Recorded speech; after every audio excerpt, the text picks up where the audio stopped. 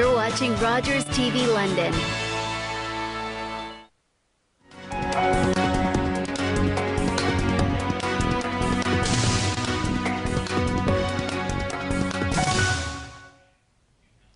Welcome to our Meet the Candidates debate for the June 12th provincial election in London North Centre. I'm Christine Teleski. For the next hour, we'll be hearing from the candidates in this riding. Here's the format. Each candidate will have 1 minute for an opening statement and 1 minute at the end of the hour for closing comments. Each candidate will be allowed to answer every question and will have 1 minute for that response. If the candidate goes over the allotted time, you will hear this sound and your mic will be cut off. If a specific candidate is mentioned by another and there is need for a rebuttal, that will be granted at my discretion. And the length of that rebuttal will be 30 seconds. Now, the candidates joining us here today are Nancy Branscombe, representing the Progressive Conservative Party, Deb Matthews for the Liberal Party, Salim Mansur for the Freedom Party, Judy Bryant for the New Democratic Party, and Kevin Labonte for the Green Party. Now, unfortunately, we are missing one candidate due to a prior commitment. Dave McKee, representing the Communist Party, was not able to attend. The questions for this debate have been gathered from local media personalities, political analysts, and social media. Before coming into the studio, we drew names to determine the order of opening statements. And based on that drawing, we will start with Nancy Branscombe. So Nancy, whenever you're ready, your opening statement. Thanks, Christine. Hi, I'm Nancy Branscombe, your Progressive Conservative provincial candidate in London North Centre. And on June 12th, I want to earn your vote. The hardworking people of Ontario deserve an economy and a government that works for you. I wholeheartedly support our Million Jobs plan, giving Ontario new jobs and new hope with a better plan of bold action and hard work.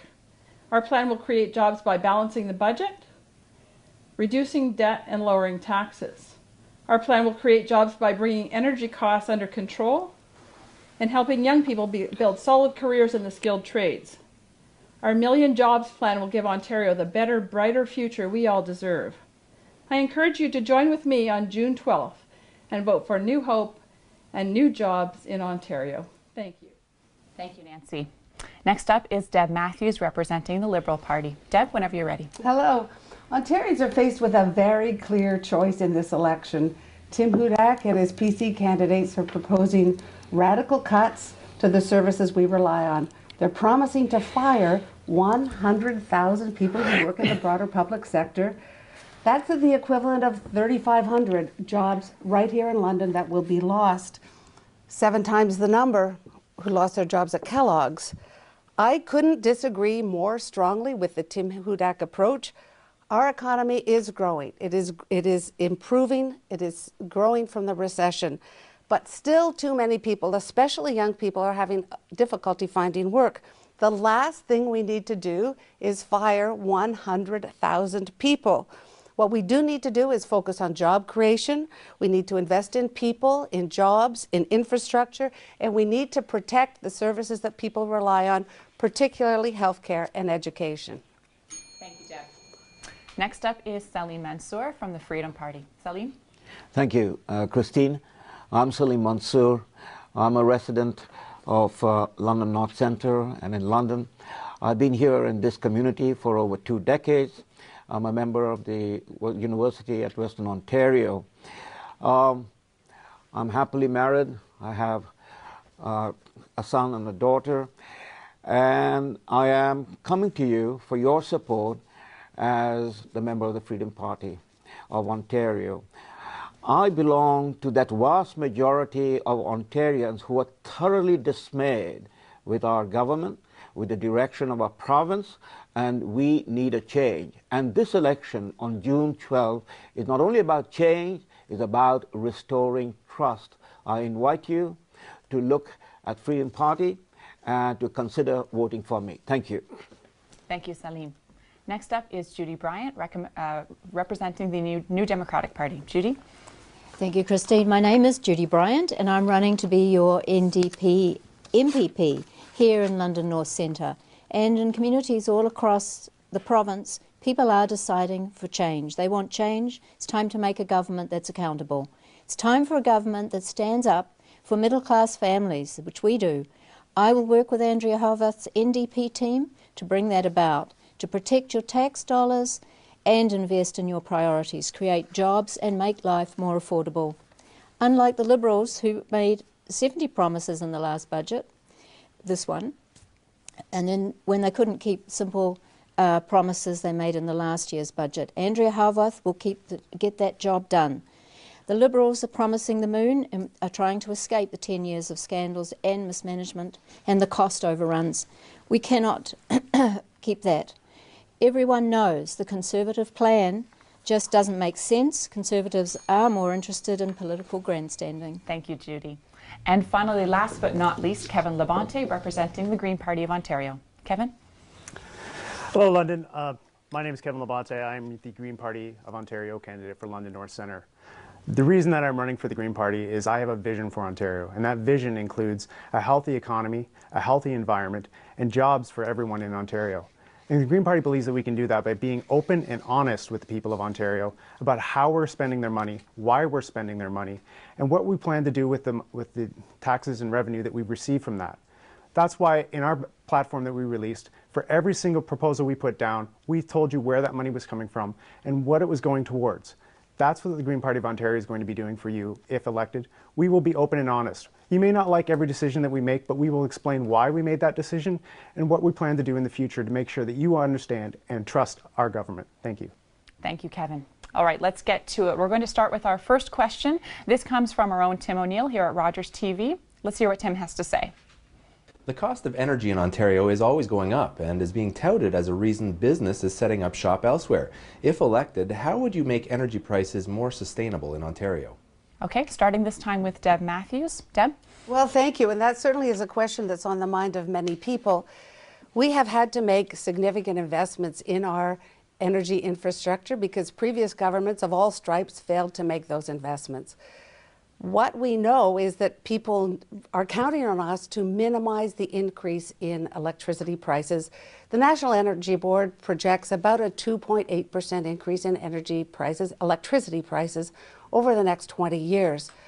I can tell you that no matter where you live in the world, prices are going up, and any politician who promises that they are going to reduce your energy prices is actually taking money from one pocket and putting it into another. We are focusing on conservation and giving people the tools they need to shift their use to lower cost periods and to conserve energy within their homes. Thank you, Deb. Now the response from Salim Mansur from the Freedom Party about making energy prices more sustainable. Well, Debbie, your government has been around for 11, 12 years. The file on energy is just stinks to high heaven. Where are you going to run and hide? And can the people of Ontario trust you in any way that you're going to manage this particular file? We, or I, would suggest that we unplug the deal that your government has made with all the scandal-ridden, arrangements, unplug it, give a shake to the free market, and get back on track on this very critical issue, because the prices are soaring and all of us know where we are headed with this government. Okay, thank you, Salim. Deb, I will give you a chance for a 30-second rebuttal there. Well, thank you. We have eliminated reliance on coal when it comes to energy.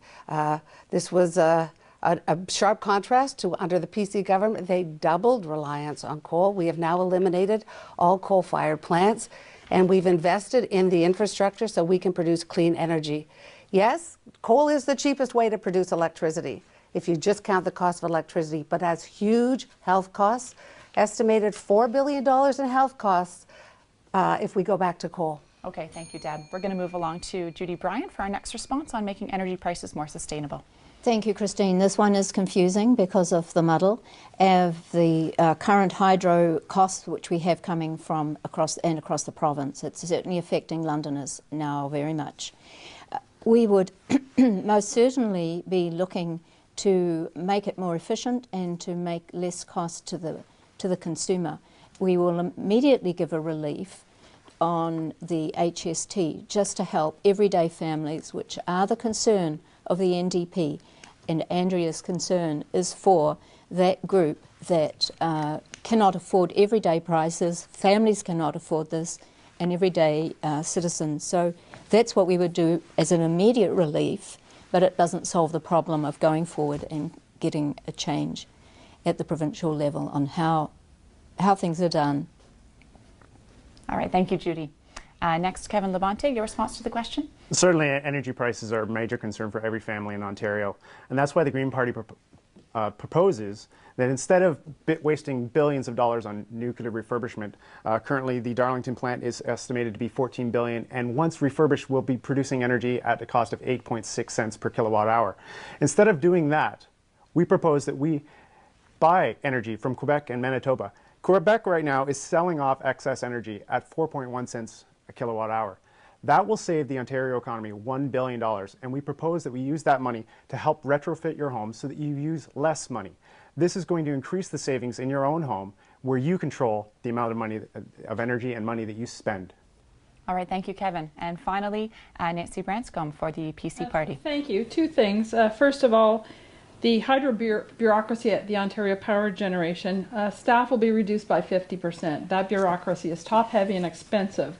In terms of the actual hydro, we need to stop the expensive and counterproductive power subsidies. Ontario already has the highest energy prices for industry in North America, and we're surprised that people are leaving Ontario and we're not having jobs here. Heavily subsidized wind and solar power contribute to an already high prices that are forecast to increase by 42% over the next 5 years. So it's a big factor for household budgets and a big factor for jobs. So we'll stop the subsidies and the bureaucracy, and that'll be a good place to start. Okay, thank you very much, Nancy. Moving along to our next question. This question comes from Craig Needles at AM 980. There's been a lot of talk about the arbitration system setting salaries for emergency services personnel in the province of Ontario and the fact that that system might be broken. There's been a lot of discussion about the strained budgets in municipalities all over the province. How would you fix this system? Okay, we're going to start this time with Salim Mansur from the Freedom Party. Salim? Our view is that we have got to hold the line on spending. We have to hold the line on spending and let the economy grow. The figures are very simple where we are. We have had the government of Dalton McGuinty and Kathleen Wynne and Debbie Matthews, the Deputy Premier there, providing us with 11 consecutive deficit budgets. We have a debt burden that is coming close to $300 billion. My friends over here have got their talking points to again give you a snow job.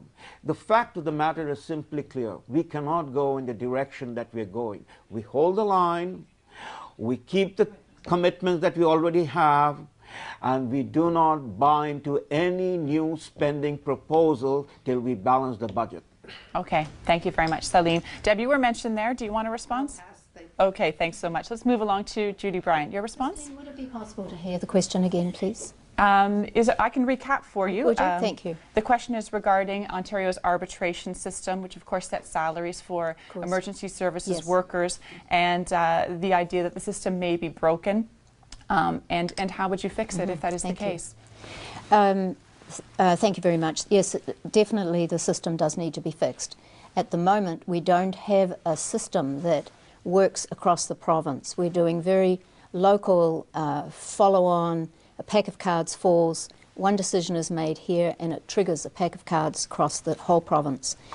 Actually, having been on the Police Services Board, I am on it, we are working to do a provincial group to come forward with changes to that arbitration process, because that is the elephant in the room and that is where it has to be changed. We cannot continue the way we are, because costs just on policing alone are 90% of most budgets, sometimes more. Okay, thank you very much. Judy. Kevin, your thoughts on the arbitration system? Thank you for the question, Craig. It's definitely an issue in every single municipality, from small towns of 500 to big towns of Toronto, 4 million. The arbitration system is not something that's going to be an easy fix. We can't just have one simple solution. What needs to be done is we need to review the arbitration system, and at that point I would say that we need to freeze the current contract so that there is no increase until that review is done. Once that review is done, it must take into account the ability for a municipality to pay that revenue to the services. The system that we have allows for the OPP to set the standard. And the OPP are a province-wide organization. They don't necessarily have to be matched in every single municipality. For example, the community of New Liskeard, which had to scrap its police services because it got too expensive. They couldn't afford to keep their own police services. Now they have to pay the OPP, which increases the amount of money that the OPP has to spend. This is not a system that works. Thank you, Kevin. Nancy Branscombe, your response. Thanks. That was one of the reasons I entered the race last time, because of all the arbitration issues with City Council with regards to fire and police. And so two things. We would have a public sector wage freeze across the province for 2 years, including MPPs. That'll give us a chance to take a breath and look for some solutions. We have to have somebody that's got to have the guts to tackle the arbitration system. It's not working. There is no consideration, none whatsoever, in the municipality's ability to pay. That's why we're taking the firefighters to arbitration now, and we're going to see where that ends. But the other point is that there's got to be rationale for decisions made, and there's just this kind of black hole of decisions that come forward, and all of us pay a price. The OPP in January 2014 got an 8.5% increase. That's thanks to Dalton McGuinty and the government we have in power. That's outrageous, and that's got to be stopped. They always threaten to go to arbitration if they don't get their way. We need to tackle this one big time for all the municipalities across the province. Okay, thank you, Nancy. And Deb. Well, thank you. And there's no question this is an issue that comes up every time I go to AMO or Roma, where we hear from municipalities. This is an issue that comes up.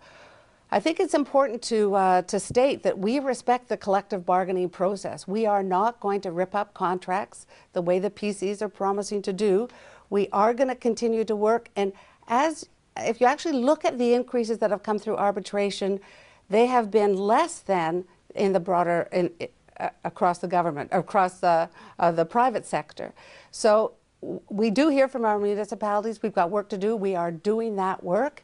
But the bottom line is we do respect collective bargaining. We will not tear up contracts, whether it's the contracts the PCs want to tear up with all of our existing contracts with unions, or the contracts they want to tear up when it comes to green energy.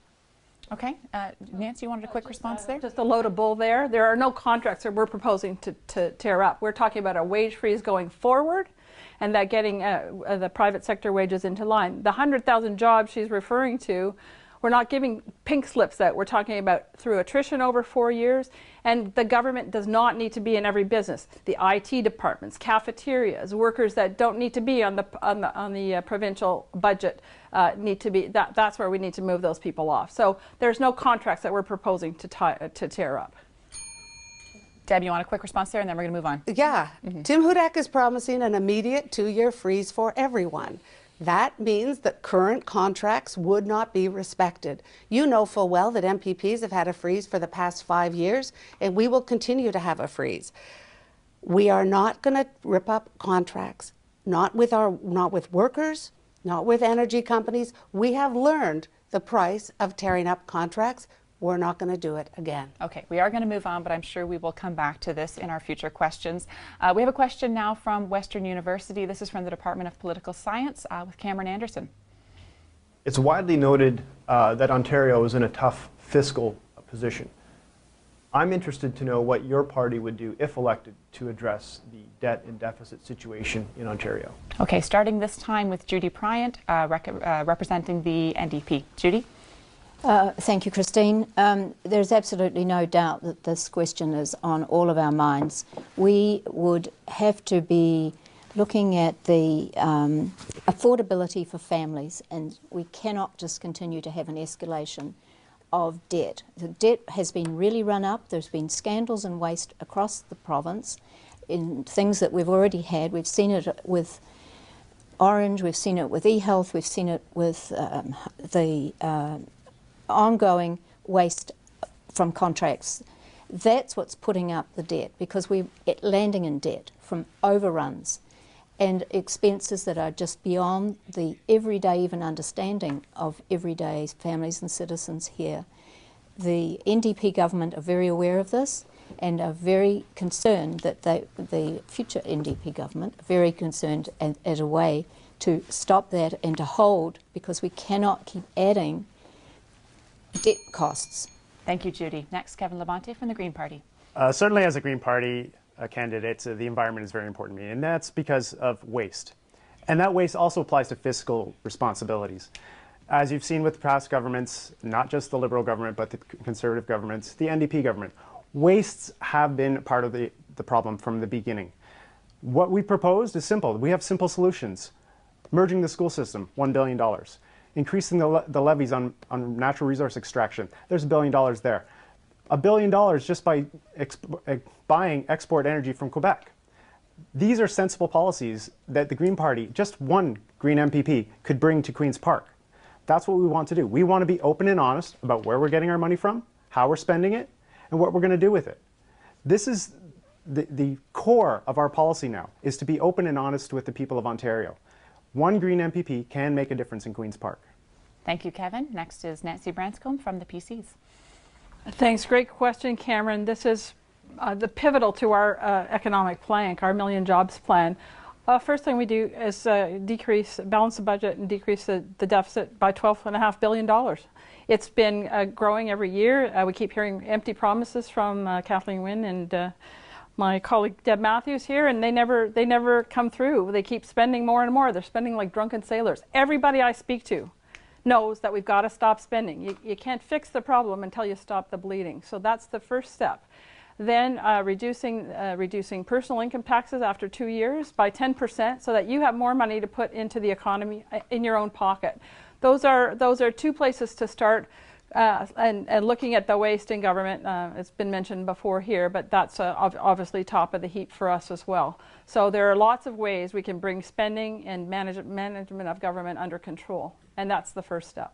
Thank you, Nancy. Deb Matthews for the Liberals up next. You were mentioned there, Deb. I'll just give you your minute to respond. Okay, thank you. This is the question of this campaign. There is a very clear choice that Ontarians are going to have to make. We are in a slow but steady recovery from the recession. That recession hit Ontario very, very hard.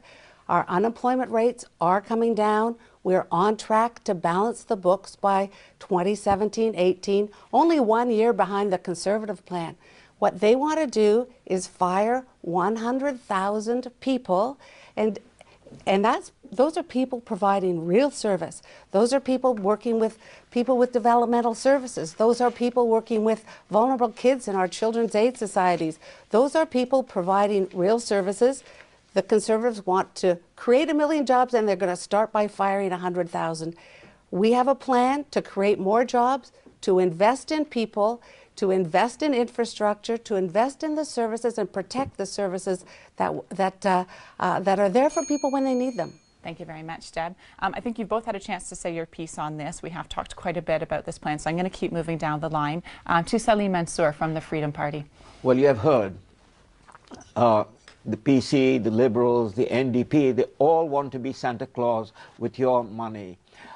Our view is that we have to be, and I will be, if you send me to Queen's Park, laser-like focused on holding the line on where we are in terms of our spending, in terms of balancing a budget,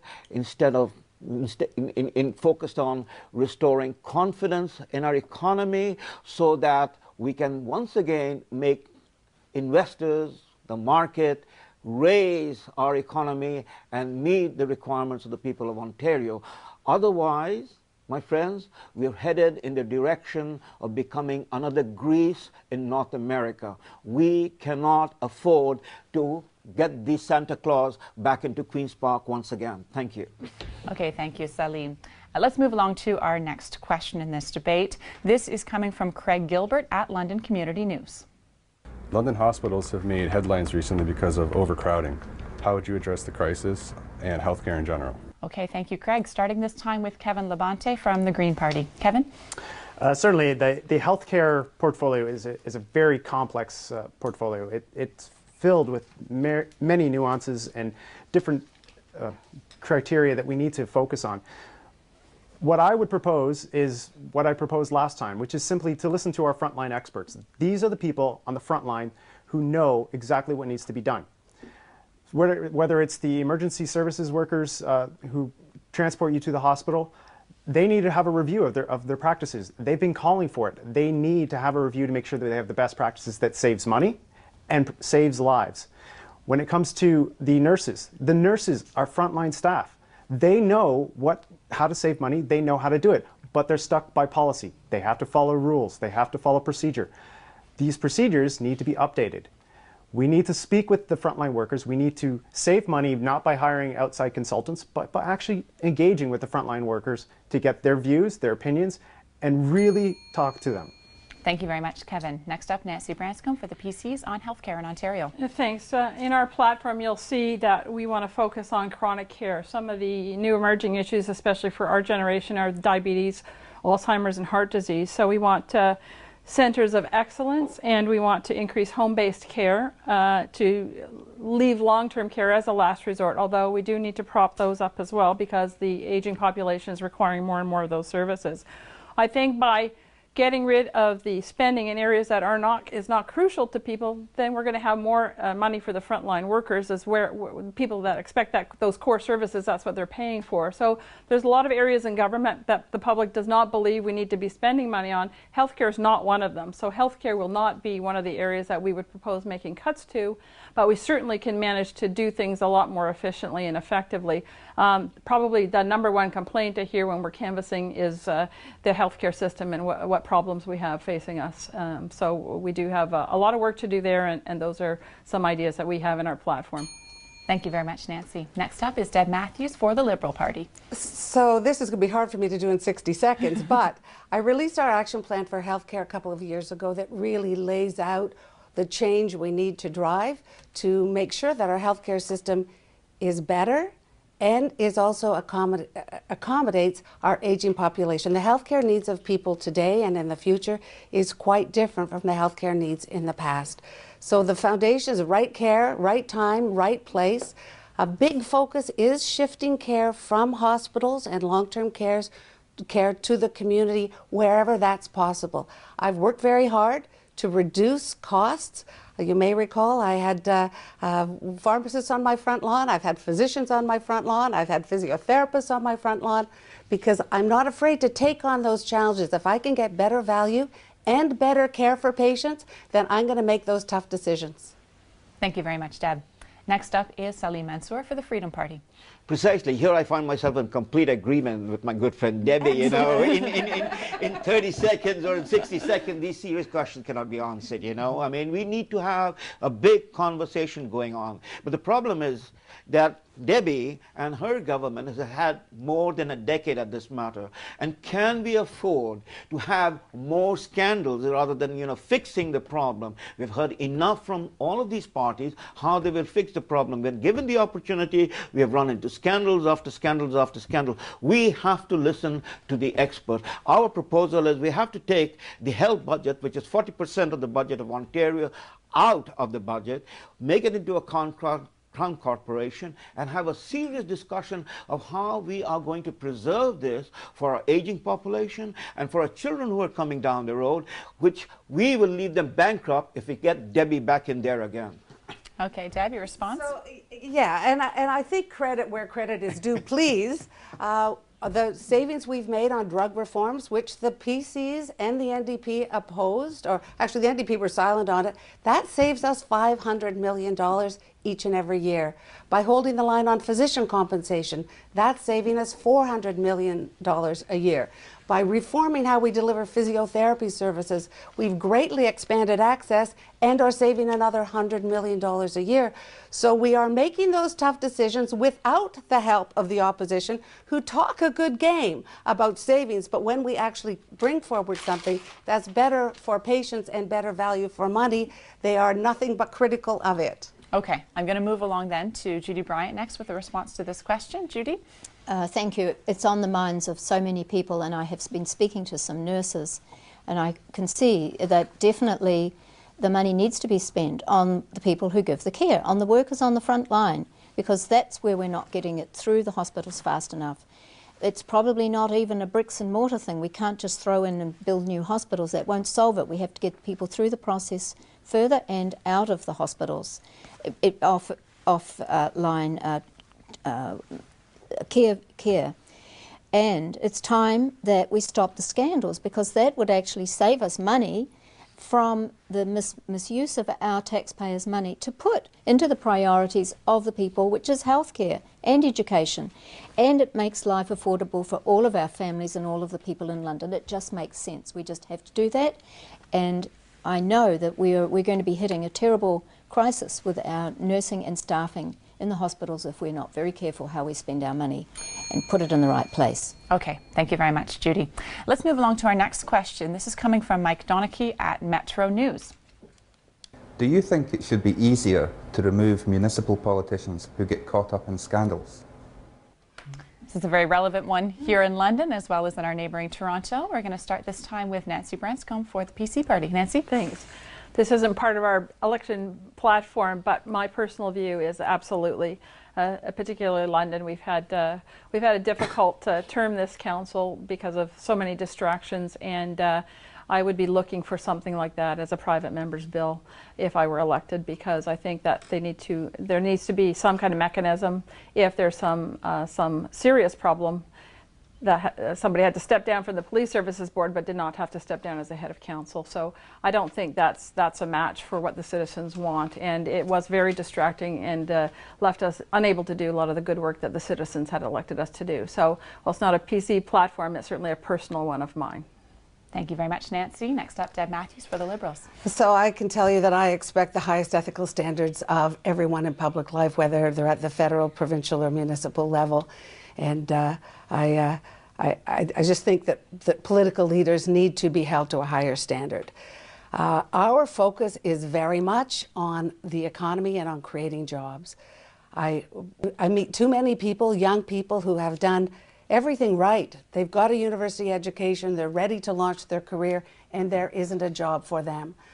When they know that 100,000 jobs are being cut, they know that's the youngest people are the ones who are going to be most impacted, and for those who are looking for a job, their opportunities are just not going to be there. This election is about the economy. It's about, do we slash and burn, or do we continue to invest in more jobs so that there are more people paying taxes? All right, thank you, Deb. A reminder, this question is about municipal politicians and whether they should be, we should be able to remove them if they get caught up in scandals. So next to Salim Mansur from the Freedom Party. Well, I mean, the common people, the single mother working hard, wonder how they can meet their responsibility when the politicians are setting the example. Here we have a government of which Debbie, the deputy premier, the premier runs away and hides away, scrubs the hard disk. Nobody is accountable, you know. We have had ministers resign, Debbie's ministry, the previous minister, David Kaplan, left with the e-health problem. We've had Orange scandal, we have Caledonia, we have ongoing scandals, and our citizens are wondering, who are we sending to Queen's Park? Who are we sending to our City Hall?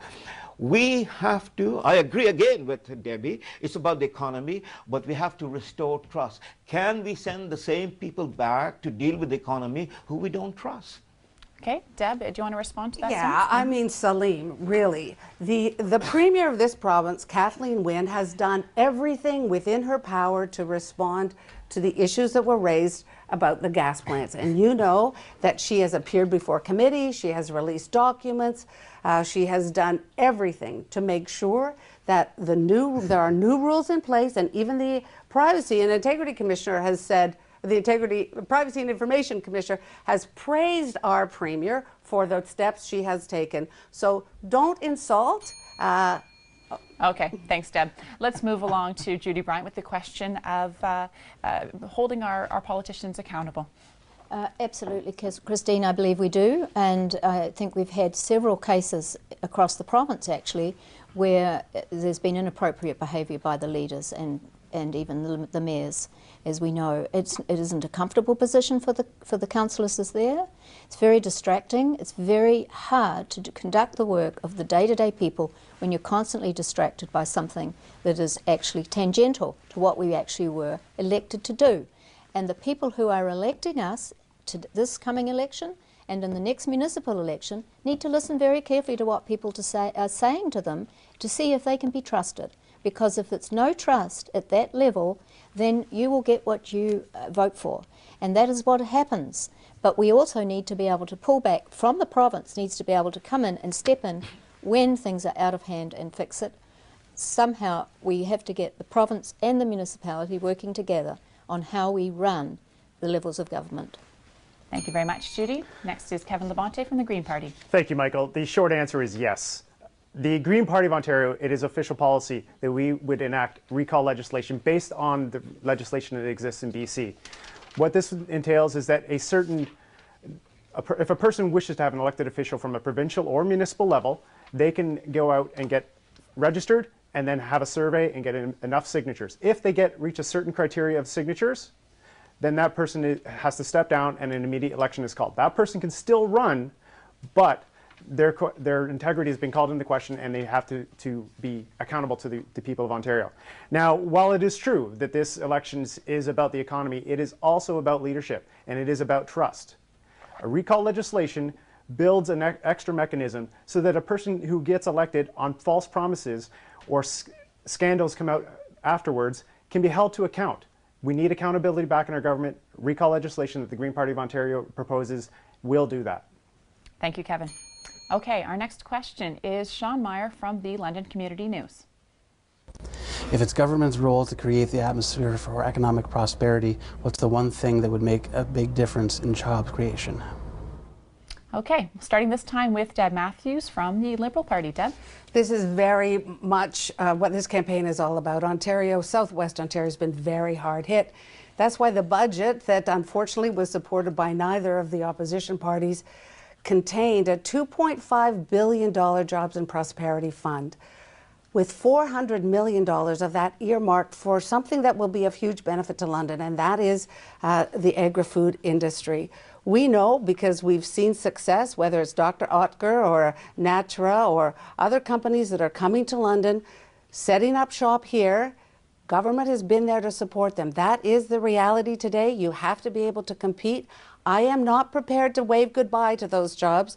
The PCs want to eliminate all of those support programs. The NDP have kind of a strange program that has already proven not to work in other jurisdictions. We must continue to invest in jobs for young people and for others. We need to attract those jobs here. Okay, thank you, Deb. We're going to move on to Salim Mansur from the Freedom Party. Well, look, most Ontarians know we were the anchor of Canada's economy. We were the foundation of this federation. But under this government for the last 10+ years, and the previous government we can go back to, Ontario has now become a have-not province. We are receiving payments rather than we standing tall and sending out equalization payment. This is the state of affairs of our economy. The facts speak for that, clearly where we stand. We have an unemployment rate of 7.4%. We, the Freedom Party, clearly believe in that, we have to create the circumstance and the mood and the environment for economy to grow by the process of the market and investors coming in. And for doing that, we have to restore confidence in government, we have to hold the line on spending, and we have to create the basis in which others will have the confidence in investing in this economy.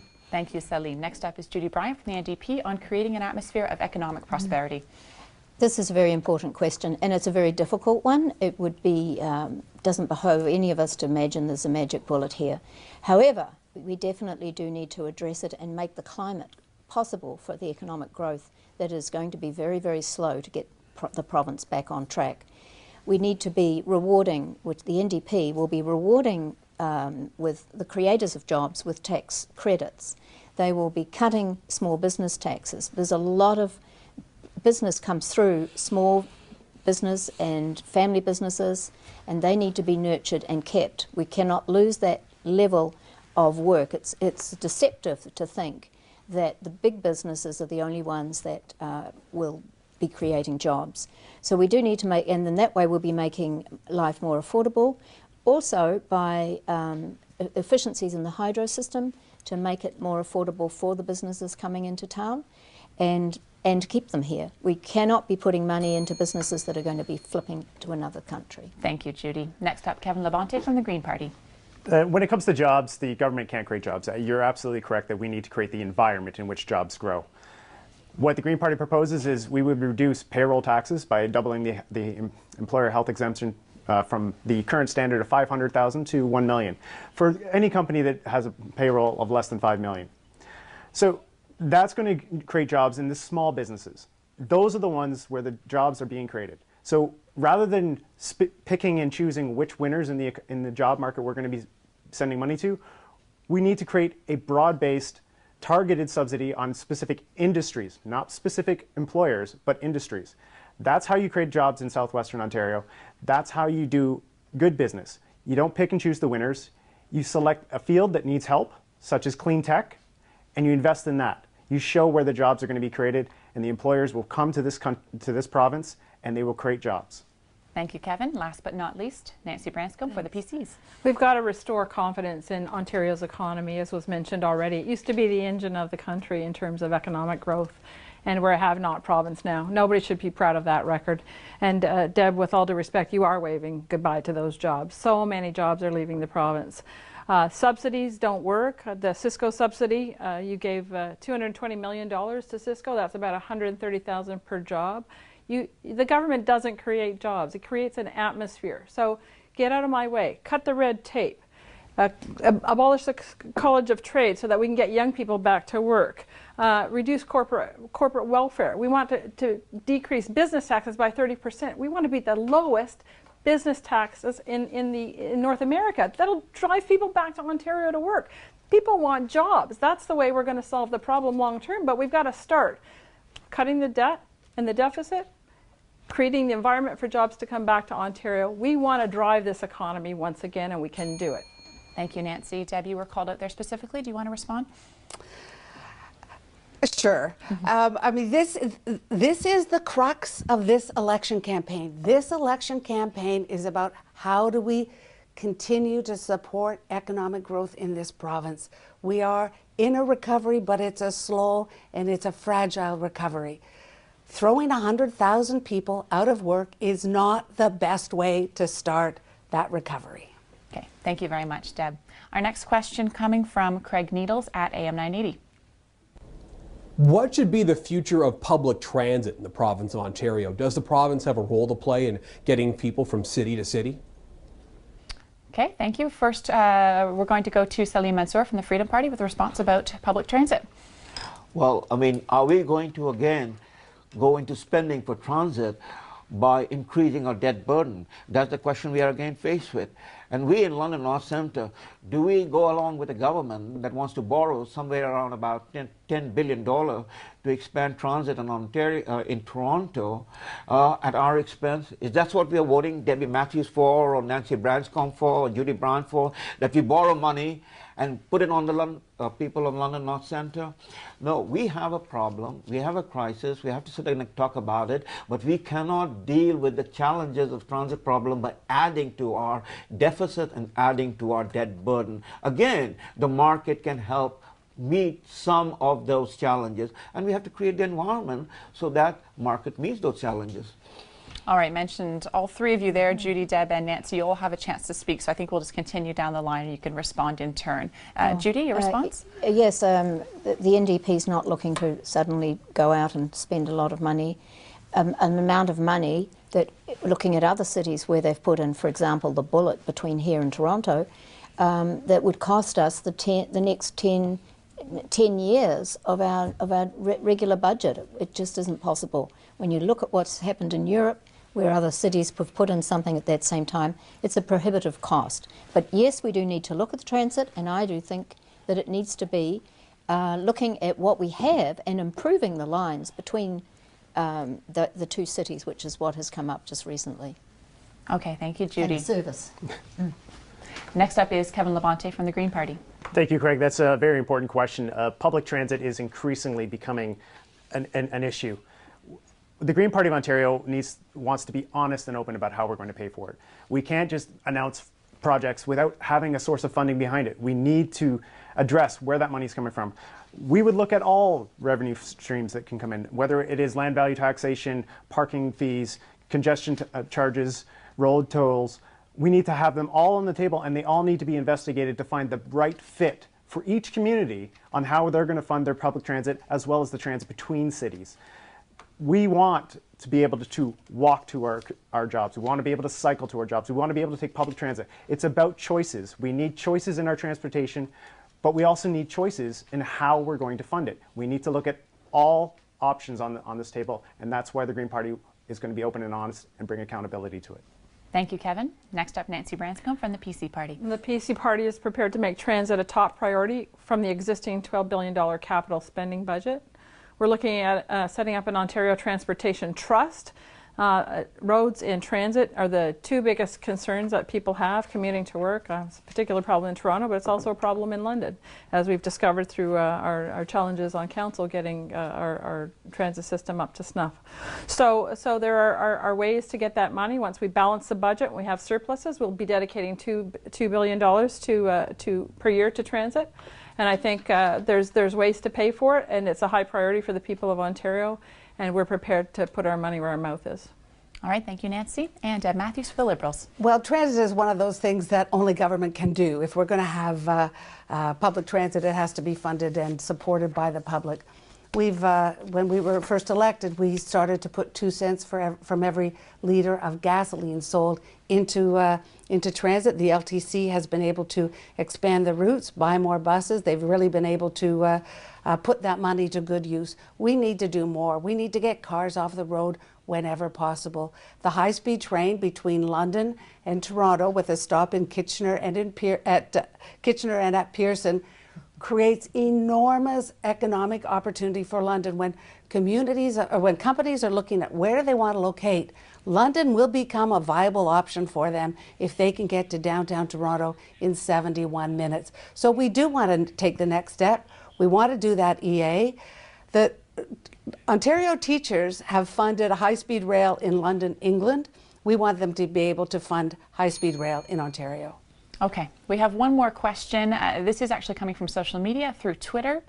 This question coming from Lincoln McCardle, aka Knucklehead. He says, I tend to vote for the person, not the party. How willing are these candidates to make LDN-ONT, London, Ontario, their top priority? Also, favorite song. That's optional. You can throw that in. This will be a short answer, only 30 seconds, then we'll have to get to closing statements. So starting with Judy Bryant. Judy? Thank you. I have so many favourite songs, but my favourite opera is La Traviata, so here we go. Okay. I do think it is important to be able to look at the person, and they do actually represent the party. We have, for our own leader, Andrea Harworth is someone that I can really feel a strong affinity with. I think she's the leader that makes sense, and that's where I'll be going, and I'm hoping that I just make the sense for the people of here in London North Centre. Thank you, Judy. Kevin? Thank you. Certainly, the Green Party of Ontario and the Green Party of Canada has a no-whip policy. Essentially, that means that I am allowed to represent you. If there is a policy or a proposal that's coming through that dramatically affects London, I can vote against it or I can vote for it depending on what benefits London the most. I want to represent London North Centre. I am in line with the Green Party of Ontario. London North Centre is where my allegiances lie, and my favorite song happens to be from a local band. It's called Running, and the band is Backline Revival. Thank you, Kevin. Next up, Nancy Branscombe for the PCs. Thanks. Well, as one of your city councillors for the last 8 years, I've definitely put London in the forefront and would continue to do so. I guess my record on city council would speak for my commitment to this city. I have great trust and faith in Tim Hudak and his plan. He's confident, he's strong, he's got the guts to stand up and do the straight talking that we need to get this province back on track. And I'm proud to stand up as a candidate for the PC Party of Ontario. At the moment... Thank you, Nancy. I'm afraid it's a short one. Well, my song. Deb Matthews from the Liberal Party. Well, my son has put together a campaign playlist for me, but I'm going to go with Katy Perry's Roar, because that's the song that Kathleen Wynne enters the room to, and that's how I'm feeling right now. You know, I've been an MPP for 11 years almost. You've trusted me to do my very best, and I can tell you that every day I work as hard as I can to improve the lives of people in London and across the province. I learn from the people of London. Thank you very much, Deb. Salim Mansur. Well, this election is about the economy, it's about many other issues, about healthcare, but at the bottom line, this election is about trust. In October 2011, 51% of the voters in Ontario did not vote, and by not voting said none of the above. We want to focus and we want to restore trust back between the people and the government. And if you care about that, if you care about honesty and integrity in government. Thank you. I'm sorry, that's your time. We do actually all have a chance for each of you to speak one more time. We are going to get to our closing statements now. And as I mentioned off the top of the debate, you will have 1 minute for closing statements. So this is your last chance to share your final thoughts with the viewers. We will be going in reverse order from our opening statement. So we'll be starting with Kevin Labonte and moving down the line. So Kevin, whenever you're ready, your final thoughts. So now you've heard what the other parties are proposing. What the Green Party has always proposed is bringing back honesty and integrity to Queen's Park. We're not expecting to form the government. We don't even want to form the government. The person who wants to form the government is probably not the person you really need to form the government. What we want to do is we want to make changes in Queen's Park. We want to make the debates more civil. We want to celebrate policies that make a difference in Ontario, like the Keeping Ontario's Roads Safe Act. That was a good bill. It should not have died on the floor. These parties should work together to find out solutions to fix that. So the Queen's Park is broken. It's off the rails. And we want to bring it back. That's why you need to start thinking green. One green makes the difference at the House of Commons. Elizabeth May has made tremendous strides in showing that one makes a difference. One green MPP in Queen's Park will make a difference. That's why on June 12th, I hope you vote Kevin Labonte for the Green Party of Ontario. Thank you, Kevin. Next up is Judy Bryant for the New Democratic Party. Judy? Thank you, Christine. We have a leader who makes sense. Andrew Horwath really makes sense, and that's the leader we need to have as our new Premier. And I'm very proud to be running in this campaign here in London North Centre, where I've been involved for so long now. It is very exciting to me. We will be protecting and creating jobs, local jobs. We've already said that by bringing incentives for people who actually produce jobs. And we're also looking at practical family orientated plans in terms of family economics to make life in Ontario and in London North Centre more affordable, and also ending the scandal in waste. The waste itself will give us money alone to be able to implement and upgrade things that are being needed and required by everyday people here in London. Thank you very much, Judy. Next up is Salim Mansur from the Freedom Party. Salim, your final thoughts. Thank you so much. Like Kevin has mentioned, Freedom Party is not going to form the government. But if you go send a Freedom Party member into Queen's Park, if you vote for me, I assure you that we will be your watchdog. We will be a pit bull on the question of spending, and we will see to it that whoever you elect as your government or whoever forms the government will be held accountable on a daily basis. This election is all about trust. That's why I stepped out to come and seek your support. So you have an opportunity to be responsible yourself and demand what you live by in your personal life. And in that way, you can hopefully vote for me. Thank you. Thank you, Salim. Deb Matthews for the Liberal Party. Deb? I want to start by saying thank you for watching. If you've lasted a whole hour, thank you for that. This is a very important election. We have two very different visions of what we need to do to keep the economy moving. Our budget was a very clear indication of what our values are. It actually contained tax increases for the highest 2% income earners. The PCs are promising tax cuts, 30% whopping tax cut in corporate taxes. They want to lower taxes for the wealthiest Ontarians. That's not what we need to do. We need to continue on the path of steady economic growth. We need to continue with the transformation in our healthcare system. We need to increase the wages of personal support workers so they can continue to provide the care people need in their own homes.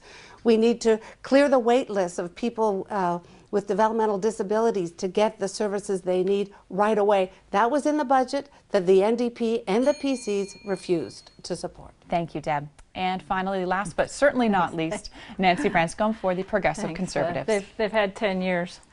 Responsible families balance their budgets and pay their debts. Responsible families don't make reckless spending promises to their children and then borrow money they can't afford to keep trying to fulfill them.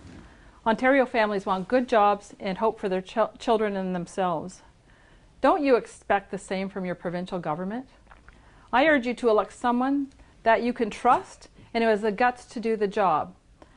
I'm your proud PC candidate in London North Centre, and on June 12th, I'm asking you to join me in voting PC in London North Centre and bring hope and prosperity to the province of Ontario once again. Thank you.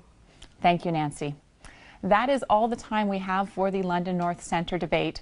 Thank you to the candidates and to our media partners for taking part, and thank you for watching. On June 12th, be sure to go out and cast your ballot, and when the polls close, tune in to Rogers TV for complete election coverage, including interviews, commentary, and up-to-the-minute results. Until then, I'm Christine Teleski. Thanks for watching.